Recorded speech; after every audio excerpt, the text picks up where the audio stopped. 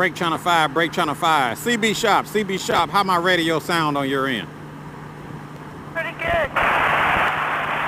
Hey, CB Shop, you guys running any specials today? What are you looking for? And I'll quote your price. I'm actually looking for a CB radio to be installed in my automobile. You guys do installation? Do we install? Yeah, we install it in personal vehicles as well as the big trucks. Okay, what kind of specials you guys running on a 40 channel? Something basic for a vehicle. Nothing special, just something basic that I can put in my vehicle, so when I do a little traveling, I can, you know, have it to communicate. The Cobra 29, maybe? Yeah, that sounds good. Cobra 29. Alright, we got a couple different kinds of Cobra 29s. We got the LTD Classics for 126. We've also got the LX, which is the digital one. That one has talkback and weather built into it. That's 154. You want peak tune either one of them, it'd be an additional $20 to peak and tune. Then as far as installing it, you have to get with the technician, and he'll quote your price on that. Okay, so that price didn't include, that was just the price of the actual CB, that's not an antenna or installation, correct? Just the radio with the peak and tune on it. Okay. What days are you guys closed? Sir, unless it's a major holiday, we're not going to be closed. We open 7 days a week. Now, Thanksgiving Day will be closed.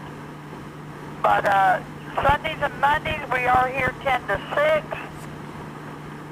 Tuesday through Saturday, 9 a.m. till about 8 p.m.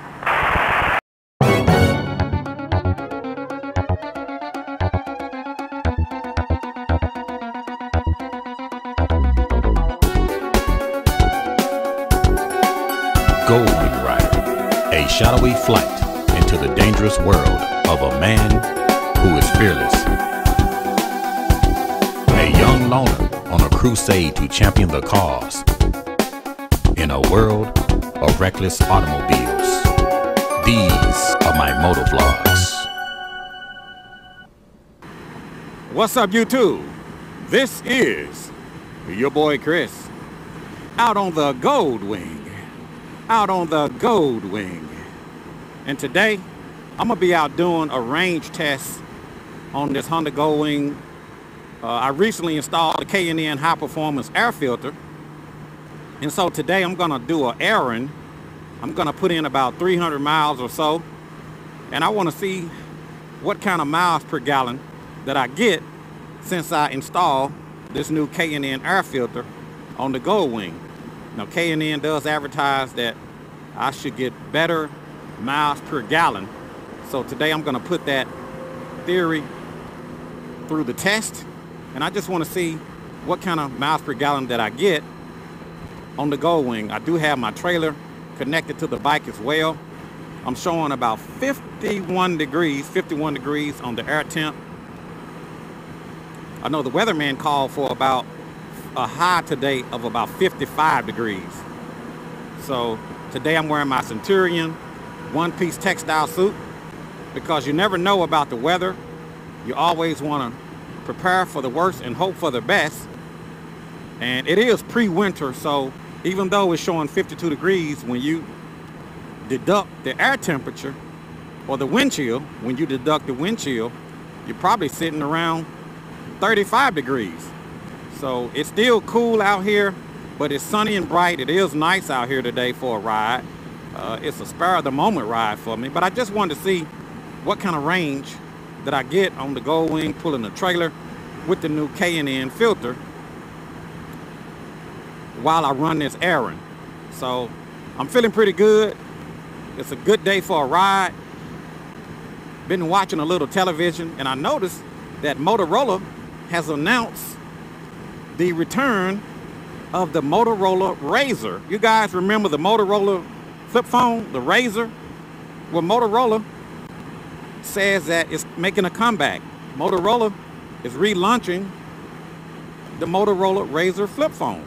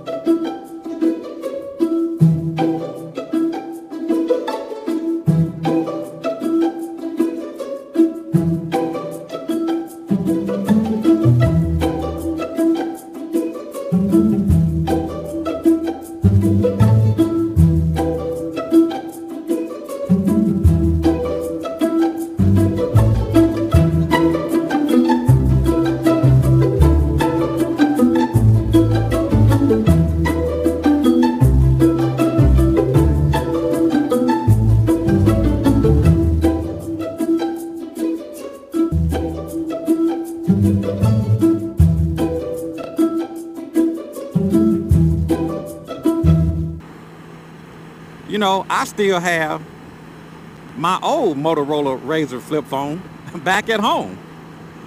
It seems like these companies will have a perfect product, works fine, and the next thing you know, they'll stop making it or they'll discontinue it.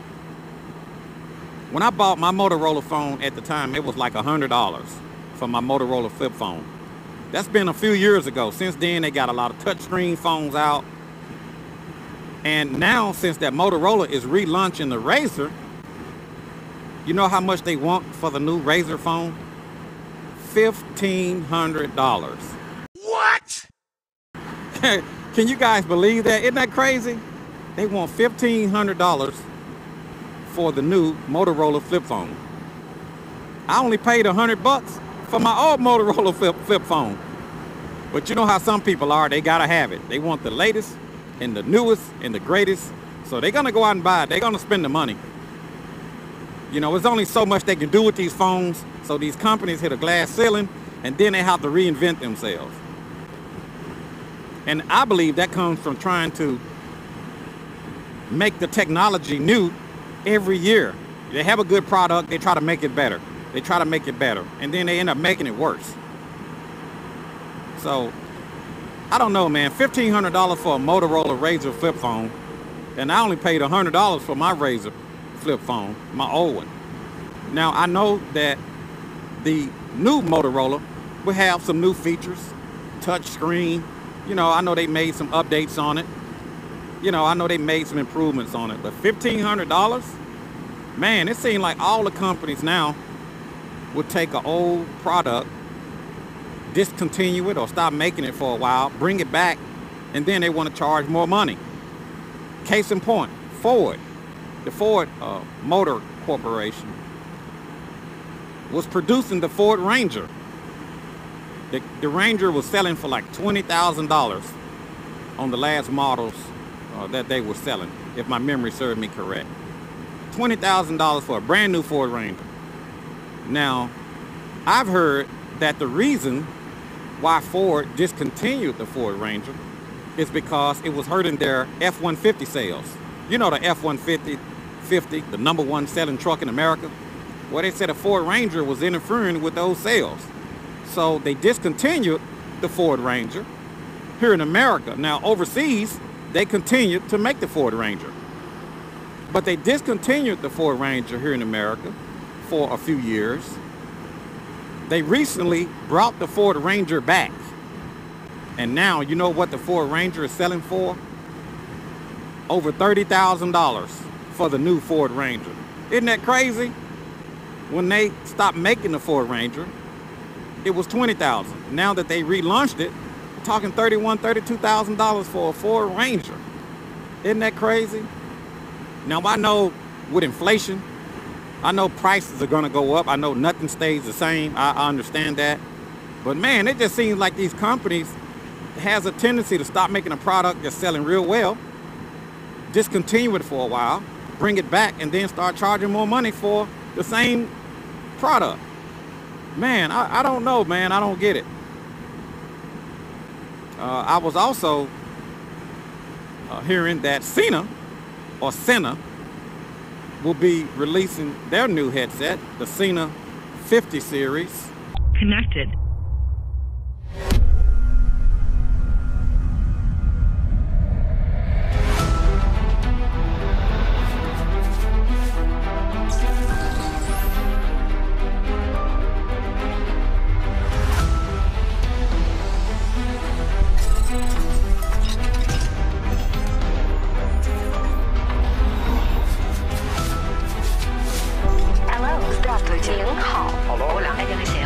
Bonjour. Ciao. Guten Tag.